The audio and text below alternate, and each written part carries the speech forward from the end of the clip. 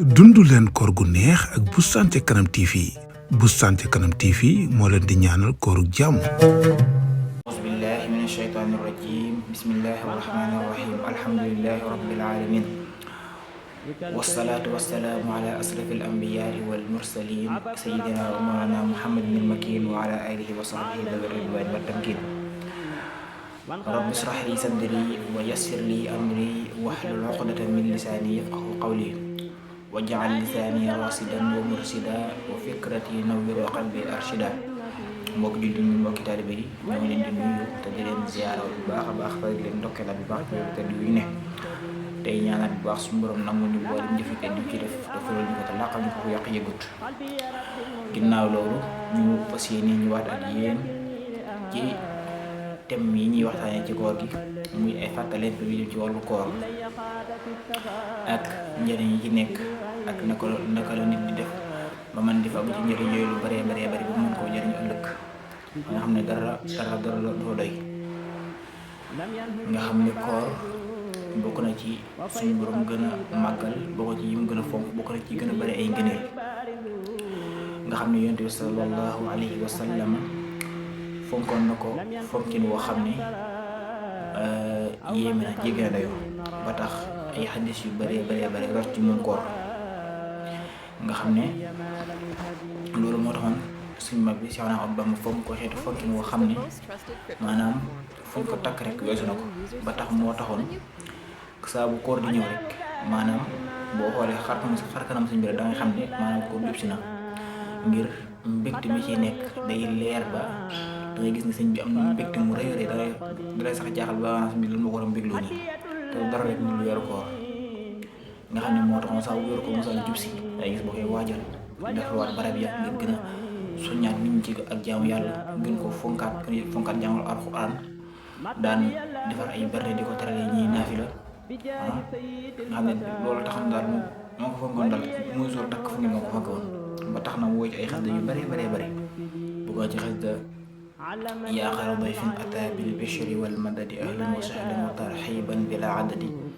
mooy yow kat nga xam ne dañuy dikk ay mbégte ak ay xéewal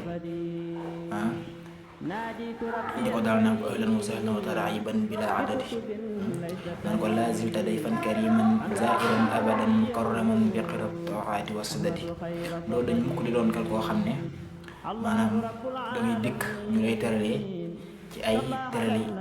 jaamu yàlla bi qirat taati ay jaamu yàlla ak ay azkar ak jàng alquran ak yeneen xeet lu mel ni ki yaatal busharati bil ayati wa shuwari mu juñ ci rek weeru koor bi nga xam ne ci la alquran rek mooy shahru ramadan allazi unzila fihi alquran hudan linnaasi wa bayyinatin min alhuda wal furqan moo tax ma naan yaasal busharati bil ayati wa shuwari lishhad bi kawni ya abdal muhsin shuwari lishhad bi kawni ya abdallahi fika bila xishin wa lishhad bi anni ak yeneen xel bari yoo xam ne ñu def daan feeñal mbégte mi am ci weeru koor ndi suñ mbooli murid yi ci fonk weeru koor ba tax na gis nga maanaam murid yi niñ fonkee weeru koor ak niñ koy màggalee boo dee ñu nekk Masaalikul Jinaan wala Jumaay Tuubaa ni ñuy taxawalee asra tarawih xam ne naafila yi ak ni ñuy joxe ay ndogu Baay Faal yi mu ndog yi dafa di ko yóbbu ci ko sëriñ si loolu lépp rek di wane maanaam màggaayu koor ak fonk ko sëriñ bi fonk ndax fonk ko yonent bi sallallahu alayhi wa sallam fonk ak ndax fonk ko yàlla fonk moo war a ñu fonkee ko noona ba tax na ci loolu ñuy amaat mbégte di gën a fendaliwaat suñu pasteef tey soññewaat mboolem ngir ñi ñu gën ko fonkaat rawatina suñu mbokk jigéen ñi